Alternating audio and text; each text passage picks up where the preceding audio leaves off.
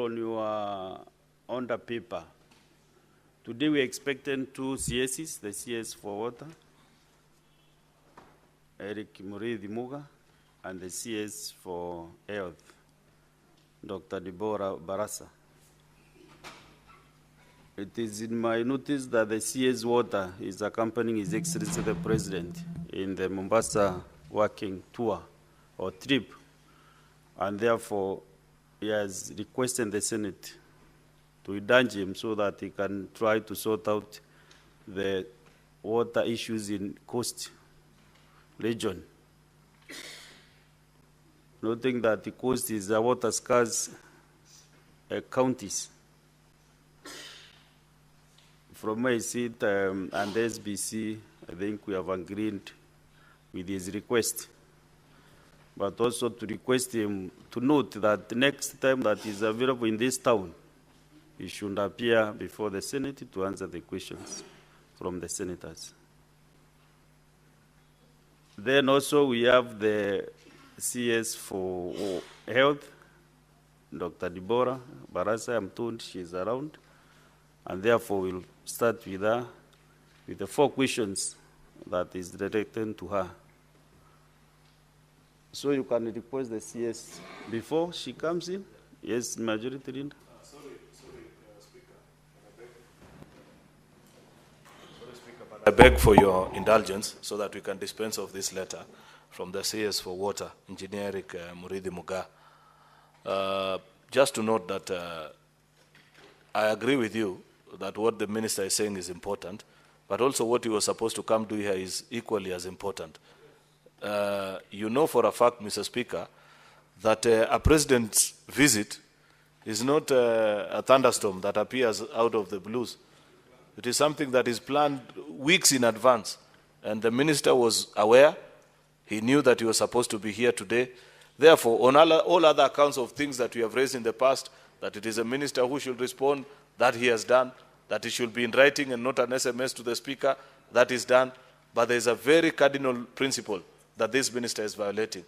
You are supposed to notice, to issue notice to the Senate at least 7 days before the date of your appearance. That's why even us as a House, we don't ambush anybody. We write to you 7 days prior to your appearance. Therefore, I want to request, Mr. Speaker, that you direct that Secretariat sends a response actually to the minister that this is not acceptable. The President's visit is not impromptu. It was long planned, and therefore he should have been diligent enough to respond early in advance. Therefore, Mr. Speaker, you know why I'm insisting on this, Mr. Speaker? If we had this letter, when we sat at SBC last week and scheduled these questions, we would have known that the minister wouldn't be here, and therefore would have gone to invite another cabinet secretary. Therefore, I find on behalf of the House, Mr. Speaker, that this is still not acceptable. The Secretariat must respond to him and let him know.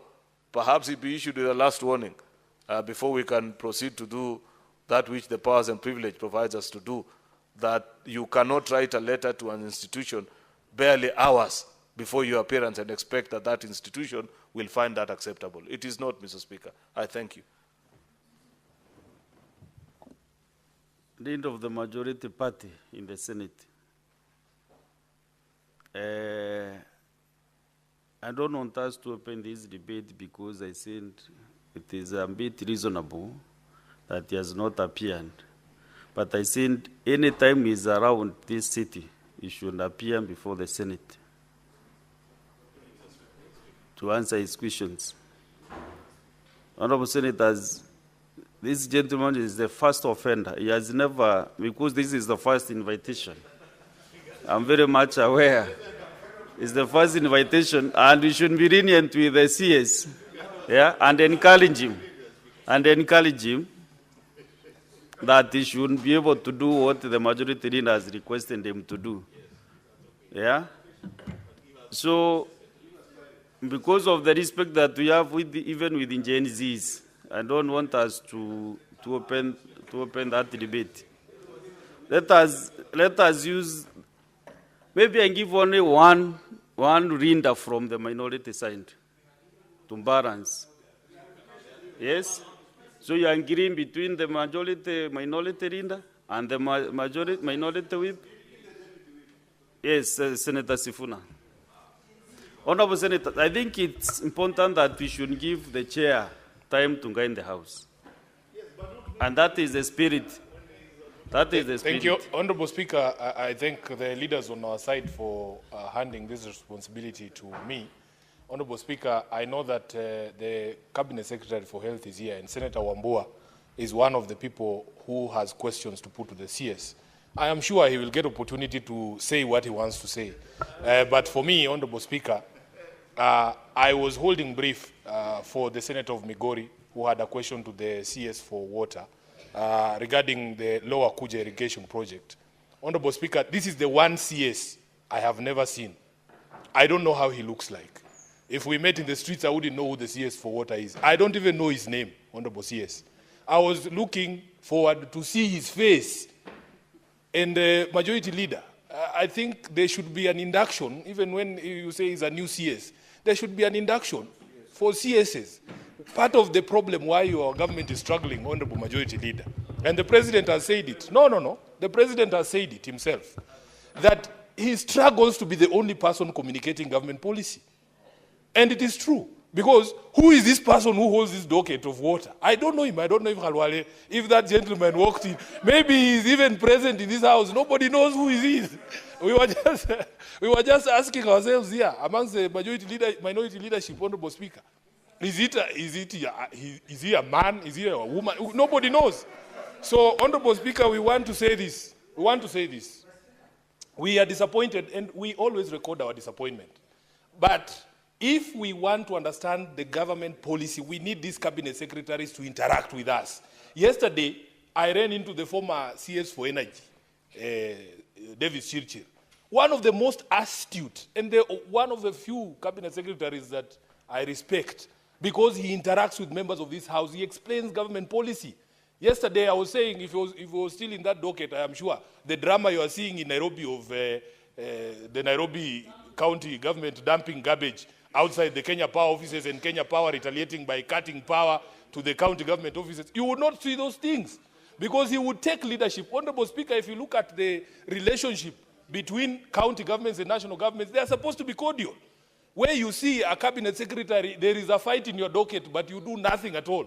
All you talk about is 2027 politics. You have failed as a cabinet secretary. So, Honorable Speaker, we want this gentleman to at least appear. Let him not fear this house. We want to be his friends, at least from the minority side. We want to confirm that we mean well. We want to have a discussion with him about these water projects. Let him not shy away, and let him be trained that if there is going to be an event that takes him away from the capital, he should communicate early, as the cabinet, as the majority leader said. Thank you, Honorable Speaker. Yes, I agree with you, Honorable Senators and leadership, but he should learn as fast as possible that communication is very key. And there is nothing impromptu, as the majority leader said. So the CS has been guided accordingly by the Senate that he should be communicating early enough. And you said you don't know his name. He's not Hashim, but he, Engineer Erick Muga. Yes. And I represent him in the Senate, but not on this matter. Yes, because I'm the Honorable Senator for Meru. Yes. Elected by majority vote in Meru, more than 350,000, out of the 400-something thousand voters that didn't vote. But I agree with you, we didn't need respect as the Senate. Even if he is my brother, he didn't need to handle Senate with a lot of respect and decorum. He has no choice. Therefore, if the CS is around for health, you can now welcome her to the Senate.